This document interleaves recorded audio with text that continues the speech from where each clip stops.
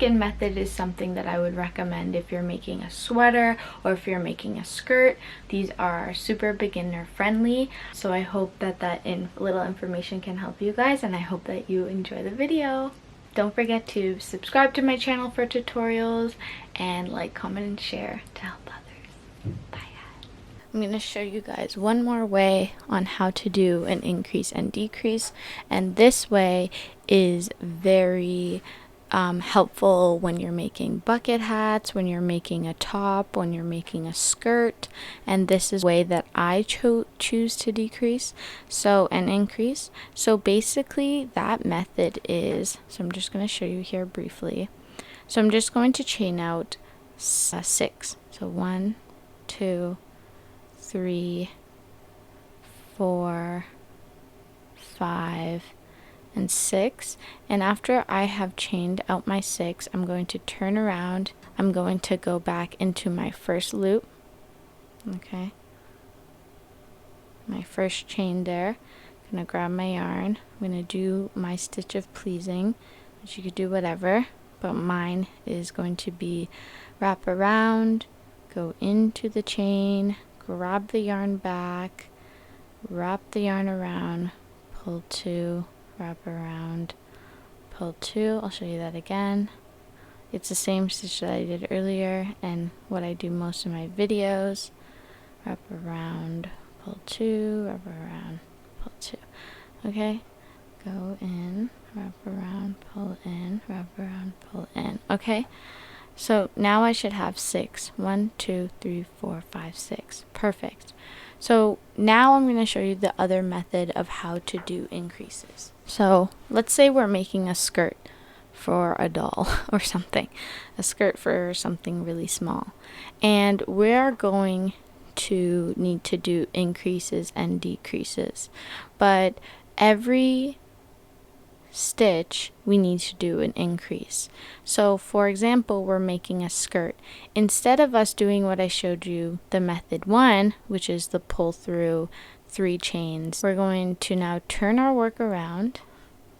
Okay, and then we're going to do a regular stitch, goes into that top, wrap around, pull 2,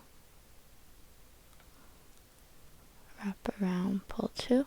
And then we're going to do our increase. So you're going to go into your regular stitch, do the regular thing, pull 2, wrap around, pull 2, and then now you have to do an increase. So that means you're going in twice to the same hole. So you're going to wrap around, you're going to go in, you're going to grab that back. There you go. Okay, so now you have done an increase, which means throughout the rest of the skirt, the top, the sweater that you're making, there's going to be more room that is made without going outwards like how I did method 1. So they're going to maybe say, or maybe you're going to have to do 5 regular stitches and then do an increase, do 5 regular stitches, then do an increase. We're doing 1 regular stitch and an increase, 1 regular stitch and then an increase. So that means we have to go in this loop twice. And I also do this for my bucket hats that I make on the top. In order for me to make the top of the hat bigger and bigger, I do this method, because when you're working with a circle, you can't chain out 3 and then do that. So you have to increase it by doing this method. So there I have my increase there, 2 in the 1 loop, and then I wrap around and I go in, grab it, wrap around. There we go. Wrap around, pull through. And then at this end, I would do another increase. So that means 2 in 1 loop. Okay, so that's 1, and that's 2. So now we have done approximately like 3 increases because we've done 2. So now when you turn your work around, or see if you're working on your skirt, you're just going to have more room. That means that this area here, this first row that we did is more tighter than this row. This row has more space. So if you're working on a skirt, for example, and you have finished the band of your skirt like this, perfect, and then you need some area for, your hips, you're going to need to do increases. And doing an increase every so often after every stitch will help from it going from your waist to your hip area. So I'm just going to do that again, and then I'll show you how to decrease this in this method. So we're going to continue. So we do one regular stitch. It's like a pattern, right? So you do one regular stitch, and then you're going to do two, then you're going to do an increase, which is 2 in one stitch. So 1, and you're going to go back in again, and 2. Okay, and now you're going to do your regular 1 stitch. Okay, and then you're going to do your increase. So you're going to do 2 in 1 here. 1 and 2. Okay, and then we're going to do our 1 regular stitch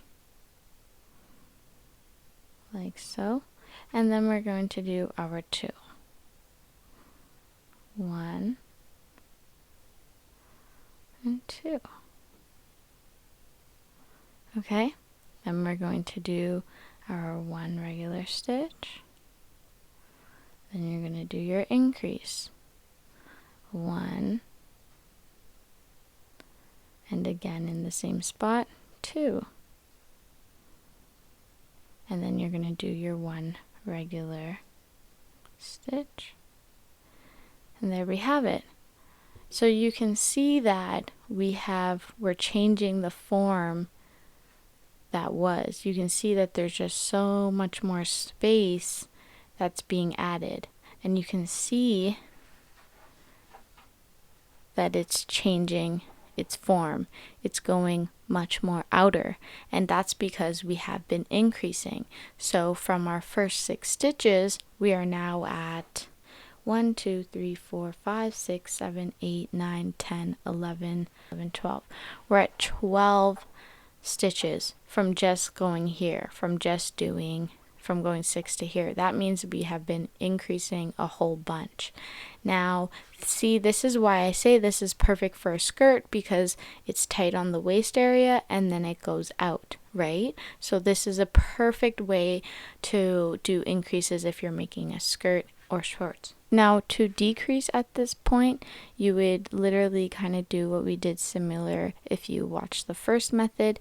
It's just that we would go in 1. So you're going to skip 1 if you want to do a decrease. So we're skipping this and we're going right into here, grabbing the yarn, wrapping around and pulling, and then we're doing our stitches. So we just did a decrease, and now we have our 1 regular stitch. Say we have to do another decrease because we just added too many. So you're going to skip this one, go to the next one. You're just skipping 1, and there you go. And then you're going to do your 1 regular stitch. Say it's still a bit too wide, so then you're going to skip 1 and do another decrease, and then you're going to do your regular stitch. So a decrease is taking away, and an increase is trying to make more space or make it wider. So we just did our regular stitch. Say it's still a bit too wide, we're going to do another decrease, and then you just finish it off with a regular stitch.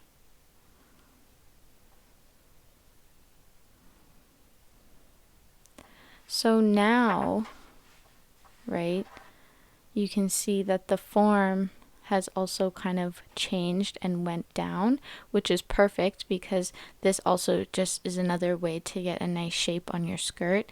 So say you just needed a little bit more space, you can see that you have created, you can see that you have created that more space, and now you're kind of going down. So now you can keep chaining with the amount of stitches that are here, and then your skirt or your sweater will be done. You just need a little more increase, a little more space there, and you have it. You can see that there's like a little hill, a little bump here, which is perfect. And so that's how you would increase within a garment without doing like this type of method, the first method that I showed. So yeah, so you definitely want to, you know, figure out or think or find out, and if you're reading a pattern, look at what type of increases and decreases they need. I don't follow patterns, so I can't necessarily suggest any type of solid information on this. But for example, and I'll just show you, because if you do method 1 on a skirt, it might go too wide out, and you don't want that. So if you just do method 2 for a skirt pattern, it will go nice and easy with the increases. So that's just what I would do. I would do method 1 for a bandana, and I would do method 2 for a skirt. So yeah, I hope that that video helped you guys. I hope that you guys continue to practice and, you know, just be patient with learning and doing these projects. They do take time. They took time for me. And so, yeah.